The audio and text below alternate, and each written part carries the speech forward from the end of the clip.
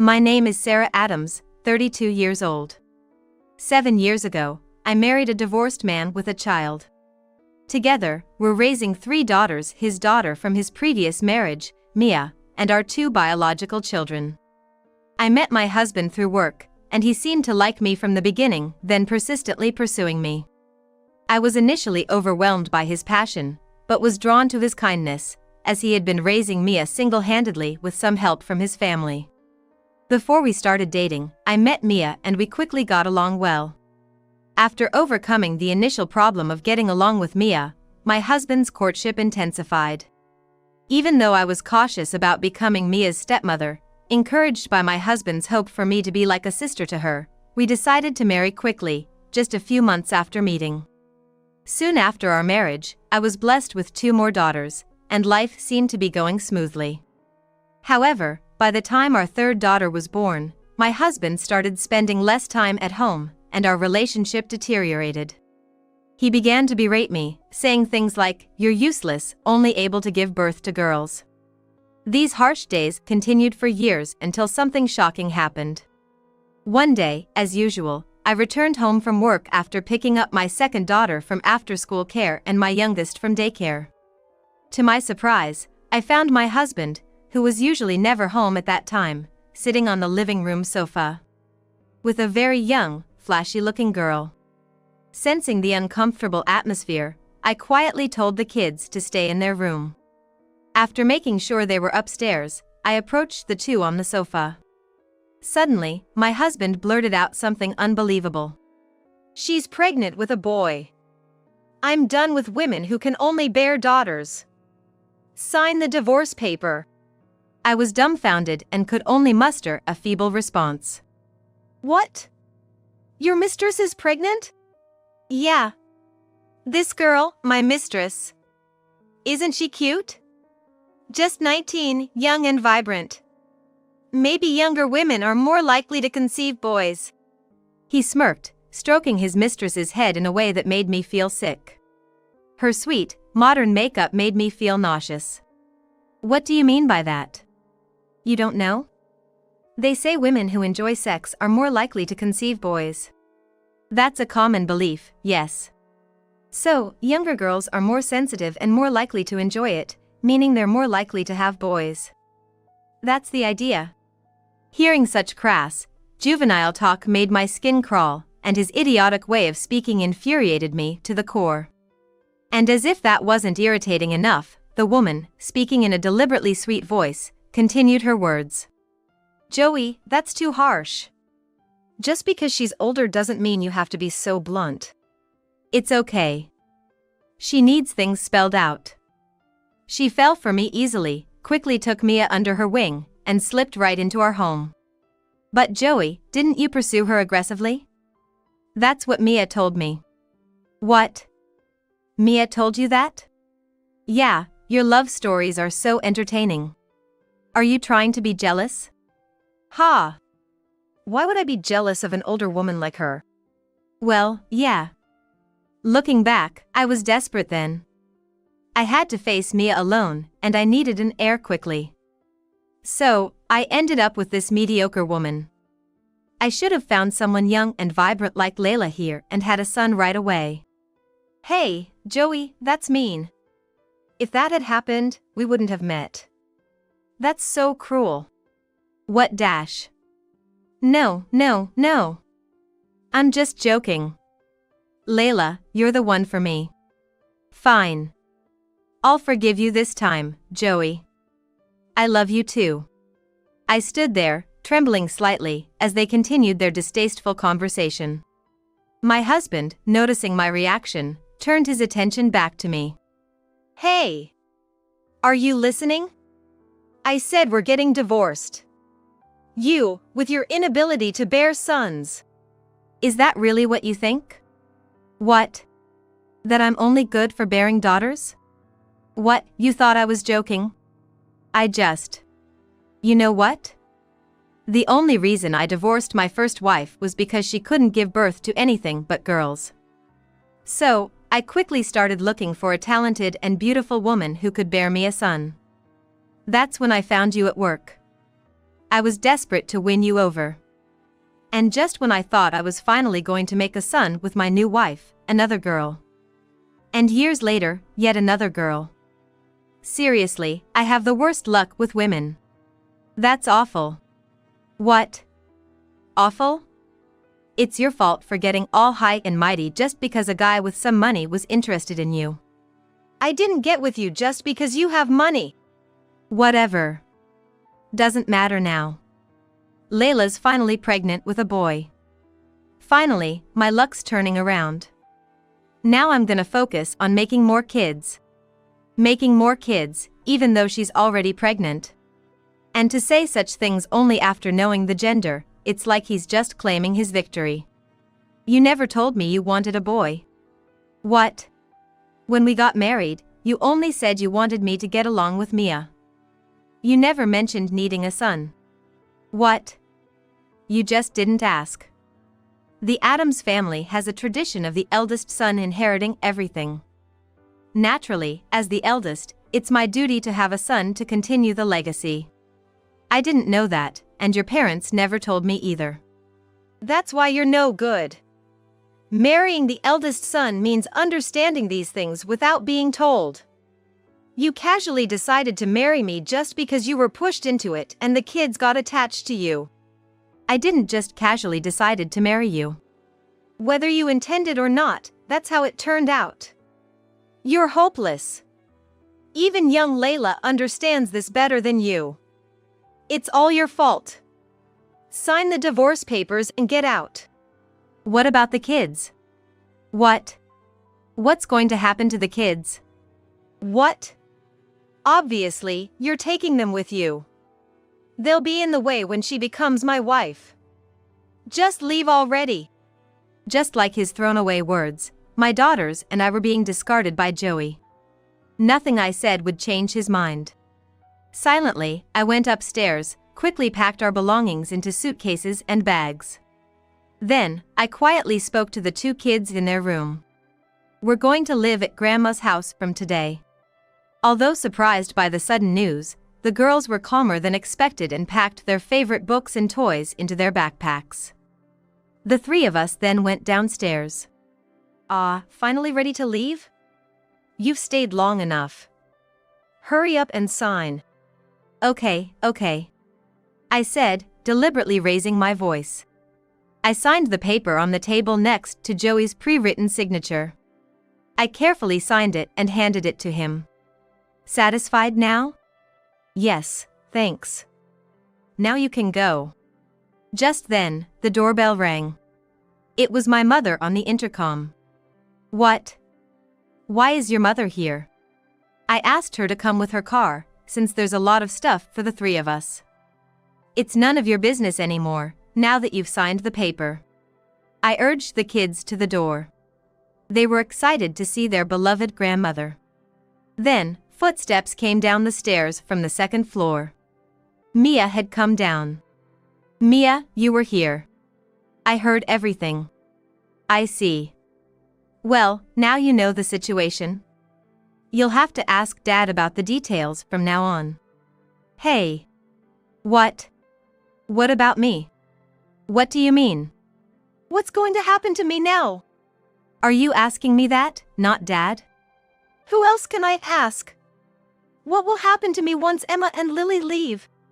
Mia asked me, panic in her voice. I couldn't help but let out a small laugh before quietly responding to Mia. It's impossible. I can't do anything about you. Why not? Because you betrayed me, didn't you? Suddenly, the air in the living room felt tense. I could hear my mother calling from the entrance. Could you take the kids to the diner and get them some snacks? I need to talk and then I'll join you later, I told her, keeping the children away from the house. I thought about how they couldn't say a final goodbye to their father and sister that they'd been living together, but honestly, I didn't want the children to have anything to do with these two anymore. I didn't plan to let them meet, and I'm sure they didn't want to meet the kids either. I had to let go of that sentiment. So, where were we? Mia showed her emotions at my forced smile. Why are you laughing? What do you mean I betrayed you? I've been friendly with you, and I've loved my sisters. What betrayal are you talking about? Oh. What? Mia, are you doing such things unconsciously? What? I'm asking if you're introducing women to Dad without realizing it? She clearly hadn't expected me to know about that. Not only Mia but also Joey, still touching Layla, didn't move his hand, both utterly speechless. Why? How? How did I know? Their faces were filled with endless questions directed at me. Why are you so surprised? Surprised, because you didn't think I knew? You never showed any signs of knowing. So, you're not denying it, huh? Ah. Mia, caught off guard, forgot to deny it and now showed a panicked expression. She's always been easy to read. It was the same back then. Mia, you suddenly wanted to become a model in high school and joined a modeling agency, right? But it wasn't your idea, it was Dad's, wasn't it? You always said you wanted to be a nurse before that. What? Dreams change all the time when you're a kid. I don't need you nagging me about it. That's right. Keep quiet, you nagging old woman. The two of them denied it in a panicked manner. With each word they said, my heart grew colder and colder. Really? But wasn't Dad the most enthusiastic about it? What? He always did the pickups and drop-offs for your model lessons and auditions, right? Even when I offered to do it since he's busy, he always refused. That's because you're annoying. Ha. See, I told you. Nagging old woman. I know. What? I know you hate me. So. But think about it. Isn't it weird for a father to take half days or full days off for his daughter's lessons or auditions? And there were more such occasions than I knew about, right? I only knew about half of your actual schedule. There were probably twice as many opportunities. Am I wrong? Mia can't lie. It's all over her face. Why did she take on so much, hiding everything to cater to Dad's whims? I needed to ask her that today. I can read what you are thinking right now. You are like, how does she know? What? You're acting like, how could she possibly know? I hid it so well. Huh? What are you talking about? That makes no sense. Well, never mind. I don't feel like getting into a long discussion now, so I'll just spill the beans. Mia, your modeling agency is right across the street from my office. What? Come on, don't lie. Your office is in Midtown Manhattan. Joey interjected, clearly flustered. Probably because the situation was worse for him. We moved to Upper East Side 3 years ago. Right in front of Mia's agency. What? If you think I'm lying, you can check. I have no reason to lie about this. Lying to you too is just a waste of time. Joey's hands shook as he fumbled with his phone, unable to hide his dismay. The information I just shared would soon appear on his screen. Mia, peeking over his shoulder. No way, muttered a quiet, with noticeably less conviction than before. Next to that building, there's a parking lot, right? I've seen Joey's car there. I thought it was odd because I hadn't heard anything about it. Then I started noticing the car parked there often. But half the time, it was on days I wasn't aware of any schedule. At first, I thought maybe I just hadn't been told. But then one day, I looked outside and saw Dad walking with a young girl. I thought Mia was with them, but it didn't seem like it. I watched as they got into Dad's car, familiarly, and then, well, I saw them kissing passionately through the windshield. That's when I realized what was going on. And after that, I saw it many times, with different girls. The three of them fell silent at my abrupt revelation. I had seen this woman, sitting in front of me, with my own eyes, just like I had seen the other girls. It had been in the last few months. So there's no doubt they met under the same circumstances, and their silence was their answer. In this uncomfortable, empty moment, Mia was the one to break the silence. How is that a betrayal by me? That doesn't make any sense. Doesn't it? I just joined the agency.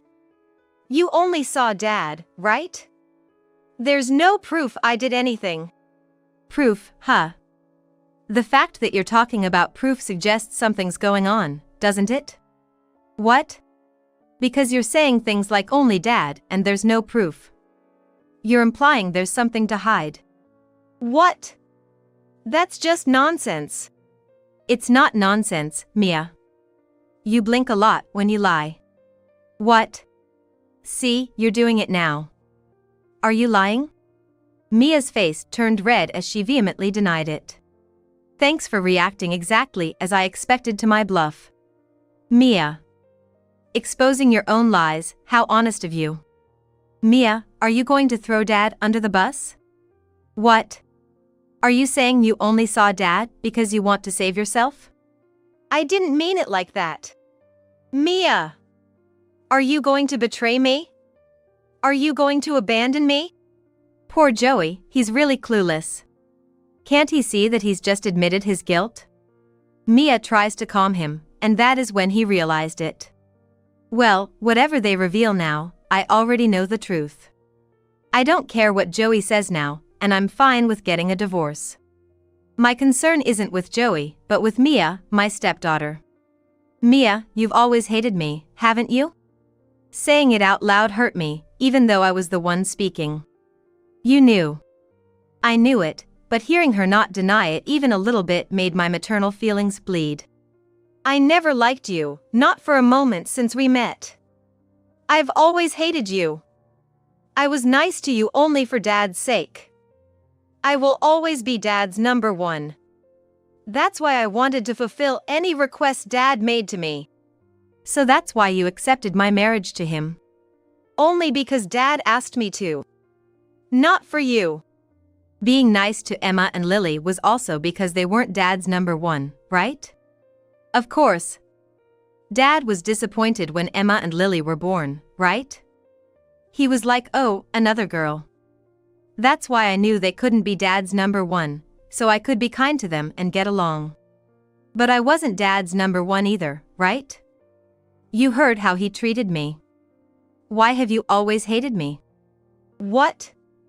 Are you dumb? Regardless of how he treats you, you and Dad are married, right? You're legally bound. You, a stranger, have a reason to have your name next to Dad's. I never thought Mia would feel that way. Sure, marriage is a legally strong relationship. Breaking it would bring a complicated reality.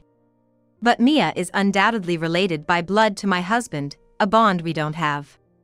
It's like a vow that never goes away, no matter what. But was that bond a source of insecurity for Mia? Then why did you help Dad look for a new partner? I wanted to get him away from you, obviously. I can't stand seeing Dad with you. I'd do anything to help with that. But by doing that, aren't you just helping create a new person in my place? If I'm gone, and someone new comes, won't it just be the same? That's why I introduced someone I knew and liked from the start. What? Dad wants a young girl who can give him a son. I'd rather have someone I know and like with Dad. She knows how much I love Dad. She won't try to be his number one. It's a mutual benefit. So you joined the modeling agency for that reason? Yes. The agency is full of pretty, cute girls in good figure, perfect DNA-wise. I wasn't sure what was perfect about it, but whatever it was, I was shocked. I despised my husband for letting her think that way and disappointed in myself for not realizing it. Mia, still a high schooler, had emotions too immature to handle, and he had been exploiting them. You knew about her feelings, right? And you used them to find a partner. Do you realize how cruel that is? So what? My daughter loving me the most is a cute and helpless emotion, right? I just cherish that. That's all. I don't see it that way. What you're doing is despicable. If she wants it, then it can't be helped, right? Right, Mia? Yes. I want to fulfill Dad's wishes. You, nosy woman, just keep quiet. I understand her feelings well. Growing up, her parents divorced, and she lived with her father, just the two of them. He was her only family, a father who allowed her to be dependent, probably the most important person in her world. It's natural for her to be wary of someone like me entering their lives. I understand her feelings painfully well. I've been around her for 7 years. I know exactly how she feels. But still, this is unacceptable. Her most important person had been using her all along. And she probably realized it. The result of her blind devotion to her father was now hitting her as a harsh reality. Mia, you asked me earlier, what will happen to me? Why did you ask me that? What? Is it wrong to ask? It's not that. Why did you ask me? You hate me. You want to listen to Dad's requests, right? That's. Biting her lower lip and looking down, Mia endured while Joey and his woman sat holding hands, unaffected. The sight was almost too much to bear. Mia, you don't have to listen to Dad's requests, you know? What? Mia, didn't Dad tell you to go with me because he's marrying that woman? As I spoke, tears overflowed from Mia's eyes, wetting her cheeks one after another. What must she have thought the moment she was told to go with me, someone she hated? How can a father, after using his own daughter, say such a thing so casually? I felt a deep revulsion from the depths of my being towards the carefree jerk in front of me. A man like that deserves hell. I decided to drop the final bomb. Mia, it's okay. The baby in that woman's belly might not be Dad's, so he can't marry her. Someone gasped loudly at my words. Again, silence fell among the three of them. Joey and Mia's eyes widened, while the woman lost color in her face, breaking out in a cold sweat. Right, Layla, as I asked her deliberately, causing her fingertips to tremble even more, her eyes losing their color. What do you mean by that? What? I'm asking what you meant by what you just said. Oh, should I really say it? What? After all this, there's no point in holding back. All right then, I'll tell you. I pretended not to hear the faint stop and acted as if Joey's voice was the only one reaching my ears. This woman, she's been seeing several other men. What? When you're not at the agency, another man comes to pick her up. What? And it's not just one man. It's like a daily rotation. If they pick her up by car, well, they do things in the car, like what you did with her. If they walk, they're all over each other and go off somewhere. The woman, now sharply questioned by Joey, was utterly frightened, shaking, and tearing up.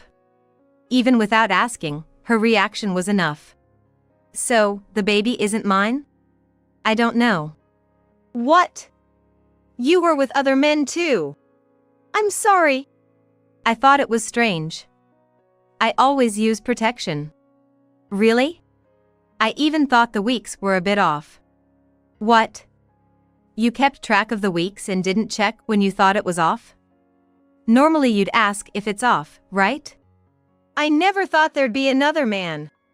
While listening to this, I wondered how he could go ahead with his plans, knowing there might be a child that wasn't his. Didn't he think calmly about the possibility of raising someone else's child? And, in the first place, don't you think it's weird? A 40-year-old man and a 19-year-old girl? They wouldn't be together without some reason, right? That is there any reason?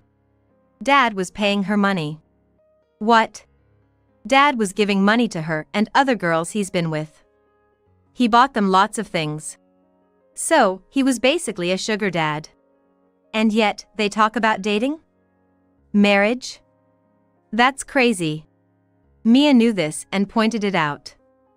It's like a story from a mad world. Is that really dating? What? Is that what you call dating, young lady? The woman, now separated from Joey, sat quietly on the sofa. She probably never intended to marry him, seeing a chance to use a man with more financial power after getting pregnant. Pursuing this further seemed pointless. You're so pathetic. What? You thought you were in a relationship, but those girls were just humoring a well-off older man. And you even thought about marriage. Being deceived so conveniently in front of your daughter, that's just the worst. Joey's face turned bright red, and the woman's went pale. They had a lot to discuss between them now. But that's none of my business. Well, I'll take this paper with me. I casually picked up the divorce papers left carelessly on the table. I thought I heard a faint but what was written on this paper was a done deal, at least for me. Joey started to say something but stopped, realizing it was futile upon seeing my face. He retracted his hand and just watched me leave the living room. Wait a minute. It was Mia who followed me. I put on my shoes without turning back, hearing a faint thank you from behind. The first and the last thanks from Mia, who had always hated me. Goodbye. I knew Mia wouldn't want me to see her face. Without looking back, I opened the familiar front door and left. 5 years have passed since then. I divorced and rented a house near my parents, raising the kids. Emma and Lily have grown up a lot and are a great help around the house. Today, they made dinner for me because I had to work late, and when I arrived home, the delicious smell of lasagna greeted me. What's for dinner today, lasagna? I asked as the girls rushed towards me. Mom! Welcome home! Today, I cooked with Lily. Thanks. I could smell it from the door, my stomach started growling. Really? Let's eat quick. Thank you. Oh. Mom, wash your hands first. Reprimanded by the ever-responsible Emma. I smiled wryly and headed to the washroom. At the dining table, lasagna and salad were already set, and the girls sat smiling, waiting for my let's eat. Feeling an indescribable happiness, my heart clenched. I never knew happiness could hurt until I had my kids. The first bite spread its tasteful flavor in my mouth. The three of us, chatting and eating together, made me think of one more person. I haven't seen Mia since that day. Even now, I think that for Mia, her biological mother will always be her mother, and I could never take that place. Her sensitive nature wouldn't allow it. That event was terrible, but maybe it turned out well for Mia in the end. Actually, Joey's parents contacted me to apologize on behalf of him. They were good people and always treated me and my daughters well. So, although I don't meet Joey, we still occasionally keep in touch with them. Through them, I sometimes hear about Mia and Joey. Joey, of course, but I'm also interested in Mia's life. After that incident happened 5 years ago, Joey and that woman broke up after a lot of trouble. Later, his parents were furious with Joey, and he and Mia ended up living in their house. It was probably for Mia's sake, as she's the first grandchild. And she was always dearly loved by them. Living with her grandparents must be a good environment for Mia. As for Joey, he hasn't remarried in these 5 years. After that incident, his parents decided to watch him more closely than ever, and he can't make any move towards women. In a way, it's a fitting restraint for him. In the first place, it turns out they never said anything about needing a male heir. They come from a long-established family, and even run a small business. Joey was probably fighting with the pressure of being an heir on his own. However, his father seems to want Mia, his eldest grandchild, to eventually take over the family business. This spring, after graduating from college, Mia started working at his company and is learning the ropes. Mia, who had already been shining as an intern during her college years, is making them proud, as Joey's mother excitedly shared with me. I felt proud too, even though it wasn't my place. Mia will be fine, I'm sure of it. My only concern now is how these girls in front of me will grow up. Mom? What is it? I'm thinking of becoming a teacher in the future. Oh. Why's that? I want to be like my teacher, Mary. Not just to teach subjects, but also to help everyone with different things. That's great. It suits you, Emma. I want to be a CEO. Wow, a CEO? Where did that come from? I saw it on TV. There was this woman, a CEO of a cosmetics company.